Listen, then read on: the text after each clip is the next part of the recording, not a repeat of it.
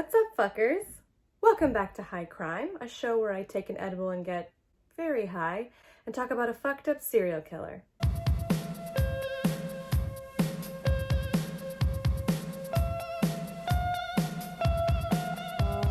Today could be quite possibly one of my favorite episodes. I may or may not be a little bit high already. I'm very excited about today's products. This is actually my new absolute fucking favorite brand called Hush. These edibles make me so funny. You're in for a real treat. So they're 10 each, and I'm gonna take 2. Listen, you guys say, hey Lila, there's people who are doing this, they're taking 200 milligrams, 500 even, and I say to them, good for you, but not for me. Oh my god, they're so delicious. Was raspberry flavored? Dude, maybe I'll eat another one. All right. See you fuckers in an hour.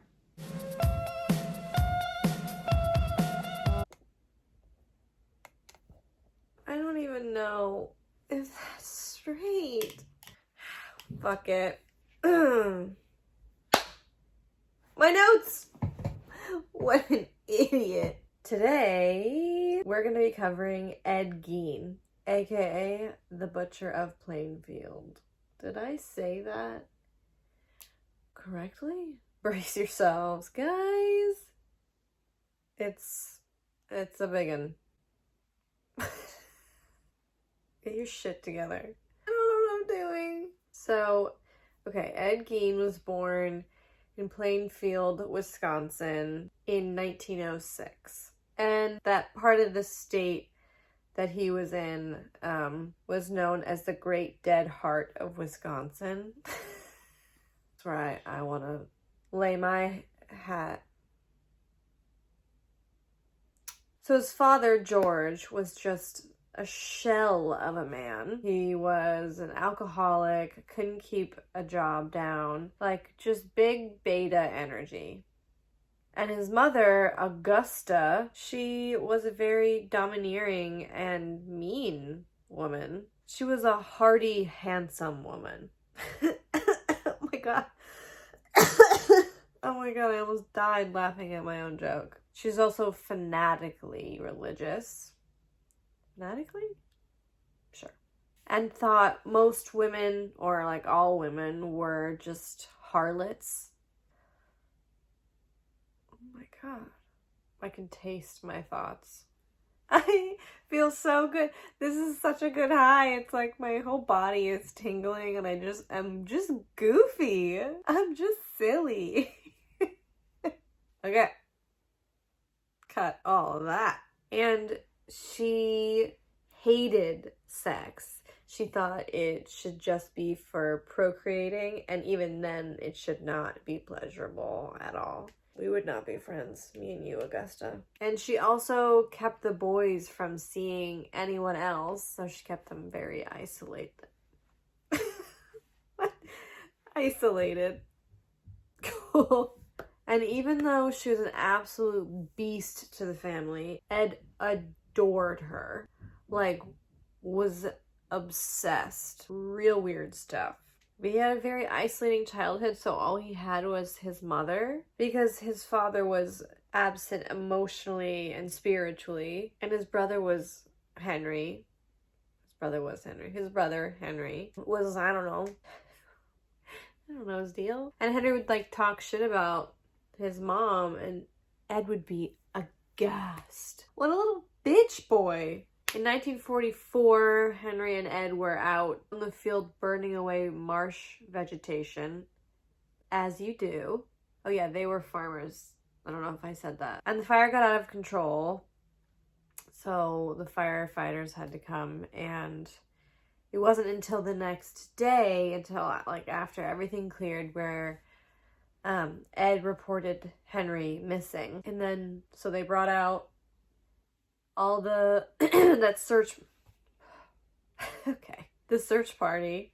But then Ed led the cops straight to Henry's body, and his body wasn't burnt, and he had bruises on his head. So, like, listen, I am not one to jump to conclusions, but Ed 100% killed his brother. Hot takes tonight. Hot takes. His father passed from, like, liver failure or something like that. So now it's just Augusta and Ed. Ed loves her. He's obsessed with her. But then Augusta has a stroke and her health deteriorates. And Ed is so upset, obviously. And then she has another stroke, and then she was gonzo. So Augusta dies. Ed is absolutely devastated. So he shuts himself in the house and boards up her room and leaves it exactly how it is. Does not touch anything. But then he, like, sleeps in a bed in the kitchen. And it's just like a hoarder's delight in there. Just like dentures. There's a jar of chewed gum. Just shit everywhere. So after his mom's death, he would just sit alone, away from people. And he would read these horror comic books. And they were actually really graphic and terrifying. And they talked about, like, 18th century gravediggers or resurrectionists. I'm doing so well. So Ed started grave robbing. He would look in the obituaries and try to find middle-aged women who reminded him of his mother, and he would go to the grave right after, like, the night of their burial, and dig them up, take their corpse back to his farm, and do unspeakable things to them. So on the morning of November 16th, 1957, Bernice Worden goes missing from her hardware store. But I forgot how they connected that to Gein. Really good research, Lila. It's a pretty important piece that you just said nope.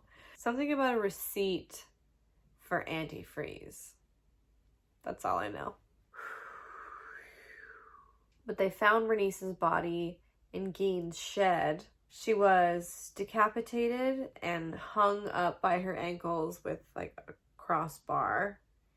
Right? Crossbar? This is gonna be such a pain to edit. It is 45 minutes of me just going, what? Why do I do this to myself? And her torso was splayed open. And when they searched his house, they found a wastebasket made of human skin. There was shin bones propping up coffee tables. There was a belt that had nipples all across it. There was just I think a box of labias.